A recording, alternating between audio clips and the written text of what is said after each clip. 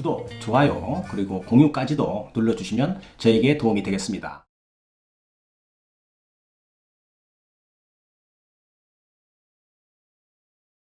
안녕하십니까. 교통사고 합의 전문 채널 유국장TV입니다. 유국장TV는 사고 후에 교통사고에 대한 법률적인 지식이 약해서 힘들어하는 피해자를 위하여 정보를 드리는 교통사고 상담 전문 채널입니다. 만약 유국장TV의 영상을 봤음에도 불구하고 궁금사항이 남는다면 911-LAW죠. 카톡으로 문의하시면 교통사고에 대한 궁금증은 모두 해결해 드릴 수 있습니다. 이때 진단서, 사고 차량 견적서, 사고 불박 영상, 정밀검사 판독지를 카톡으로 보내주시면 검토해서 상담자에게 답변 드리도록 하겠습니다.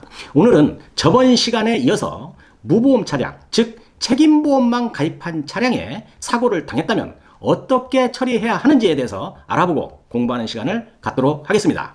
이런 경우는 크게 두 가지 문제가 생길 수 있습니다. 첫 번째, 형사적인 문제와 두 번째, 민사적인 문제가 발생이 되는데요. 종합보험을 가입했다면 아무런 문제 발생이 없을 텐데 가해자가 책임보험만 가입한 경우는 민형사적인 책임이 따라다니고요. 만약 사고가 크다면 사고 차량 가해자는 더 큰 어려움에 직면할 수 있다는 것입니다. 먼저 형사 책임에 대해서 말씀을 드리도록 하겠습니다. 사고가 크지 않아서 피해자의 배상이 책임보험 한도에서 잘 처리가 된다고 한다면 경찰 조사 후 검찰에서 약식 기소라든지 벌금 정도로 형사 책임을 제한할 수 있겠지만 피해자가 사망을 했다거나 골절 이상의 중상자가 있다거나 했을 경우에는 가해자가 무거운 형사처벌을 피하기 쉽지 않을 수 있다는 것입니다. 이러한 것 때문에 법에서는 교통사고 처리 특례법을 만들어 놓았고 가해자가 종합보험에 가입하고 12대 중과실 같이 예외 조항에 해당되지 않는다고 한다면 가해자를 형사처벌하지 않는 것인데 특례법의 보호를 받을 수 없는 책임보험 가입자는 꼼짝없이 형사처벌의 위험에 노출이 되는 것입니다. 자, 이런 경우 가해자는 형사처벌의 정도를 낮추려는 시도를 하는데 이것이 피해자와의 형사 합의라는 것입니다. 만약 피해자가 여러 명이라든지 피해자가 중상이거나 또 사망사고라고 한다면 피해자와의 형사 합의 없이는 형사처벌을 면하기 어렵다는 것입니다. 자, 그러므로 모든 운전자들은 종합보험을 가입한 후에 운전하는 것이 옳은 운전 형태인 것입니다. 자, 두 번째 민사적인 책임에 대해서 설명을 드리도록 하겠습니다. 위에서는 형사적인 책임에 대해서 말씀을 드렸고요. 이제는 민사적인 책임에 대해서 설명을 드릴 건데요. 쉽게 이야기하면 돈 문제입니다. 예를 들어서 책임보험만 가입한 가해자가 30세 정도의 피해자를 사고로 사망케 했다면 어떠한 처리 과정이 발생되는지 제가 쉽게 설명을 드리겠습니다. 피해자가 나이가 30세고요. 직업이 도시 일용으로 적용을 해보겠습니다.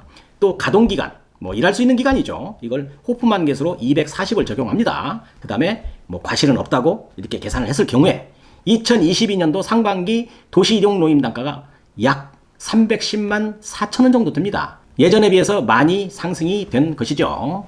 여기에 나이가 젊으니까 가동연한이 240 인정될 것이고요. 과실이 없다고 했으니까 이걸 계산하면 대략 6억 원 정도가 산출이 되는데요.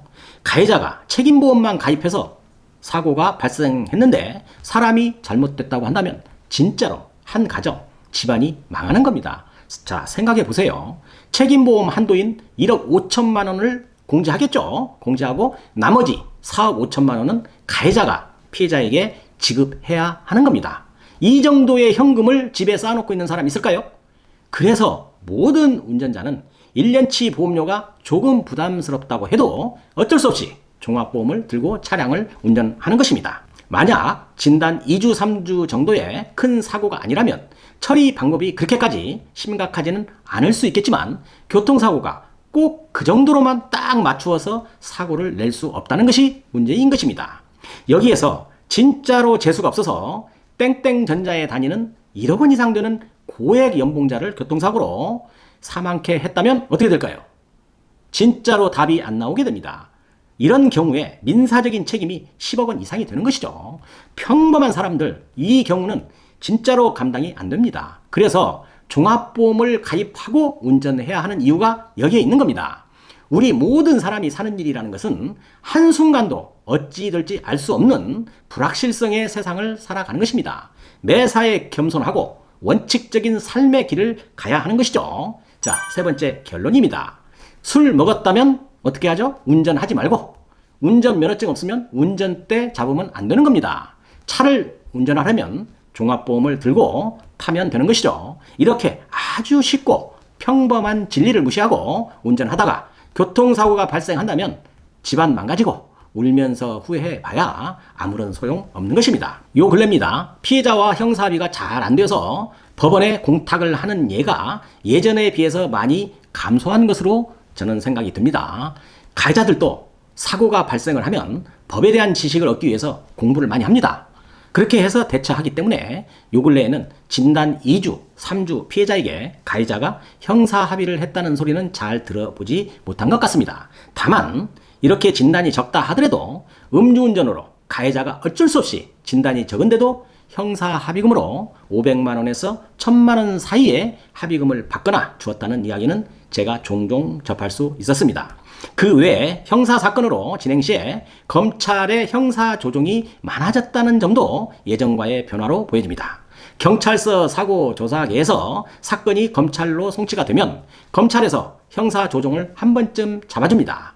가해자와 피해자에게 통지하고 원만한 형사합의가 이루어질 수 있도록 조정 절차를 거치게 하는 시간을 주는데요. 이때 대부분 합의가 잘 이루어지고 있습니다. 가해자도 피해자도 검찰의 무거운 입김을 의식하지 않을 수 없다는 것으로 보여집니다. 오늘은 가해자가 책임보험만 가입하고 교통사고가 발생이 되면 어떤 불이익이 발생이 되는지, 어떤 의무와 처벌이 뒤따르는지에 대해서 알아보았습니다. 법에 대해서 잘 알지 못하는 교통사고 피해자들이 이 영상을 좀 보시고 도움이 조금이라도 될 것으로 확신하면서 오늘 영상 마치도록 하겠습니다. 오늘 영상도 도움이 되셨다고 한다면 구독, 좋아요, 알림까지도 눌러주시면 감사하겠습니다. 유국장 TV였습니다.